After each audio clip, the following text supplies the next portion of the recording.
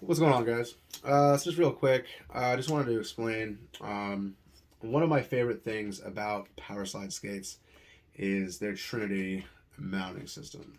All right, so the 3 point mounting system, I don't know if you'll be able to see it in there, but there's one more bolt hiding between these two wheels. Um, I love the Aries from the Power Slide Rain brand. Fantastic boot, super lightweight, fantastic. It's not the most comfortable boot in the world to wear. Honestly, I couldn't imagine wearing this to play an entire round of hockey in. Now, granted, I have not heat molded this skate yet. I will have to do an update when I've heat molded this, and I might take the opportunity now that this is frameless. But I do have to put a frame on it. Always, when you're heat molding skates, keep the frames on the skates so nothing warps. All right, that is very crucial. Um, the two methods though is you can heat mold a skate with a heat gun or a hair dryer. You won't get as even of a heat I tend to think, but depending also if you're trying to heat mold like a plastic hard shell boot, using a heat gun from the outside is usually the way to go. If you're molding a carbon boot, you want to heat the whole boot. So when you slip your foot into it, it stretches out the areas that you want stretched out. And I found that the inner part of my ankles on these skates do tend to pinch. So we'll see what happens. But to fix that, since I had the option, I just swapped them out through the Egos. I think this is the Super Lights too. Yeah, the Ego Super Light frames on my 2021 Power Slide Hardcore Evos.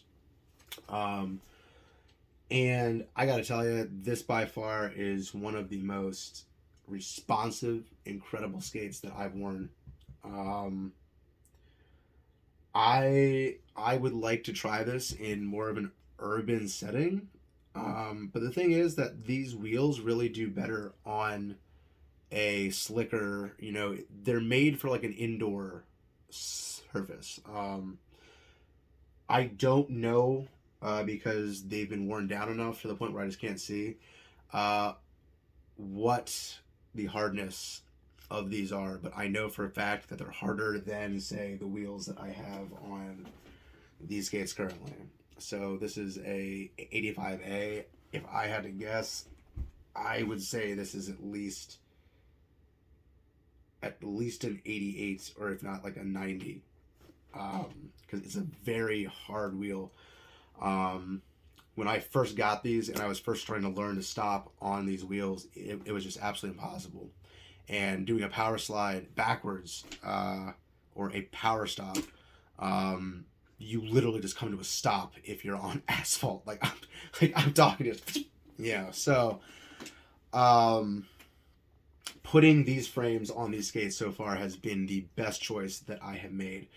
So if you have the ability, I know ProSkatersPlace.com sells just the hardcore boot. Okay, so you can track down, a hardcore boot, a frame, and you can basically make your own skate.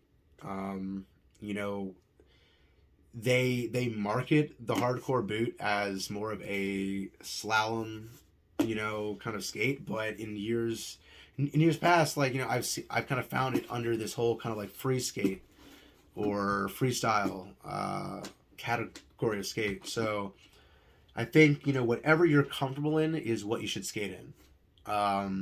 And with the ability to heat mold these skates and just the overall quality, and I don't know if there's regulations within like the hockey leagues about whether or not you have to use a skate that's got this kind of a cut and build. But it's something that I'll have to look into, or maybe somebody watching this knows. But anyways, yeah. So I hope this is kind of helpful. And as always, if you haven't already, please like and please like and subscribe. Excuse me. And as always, please feel free to ask me questions. It's honestly how I generate more content.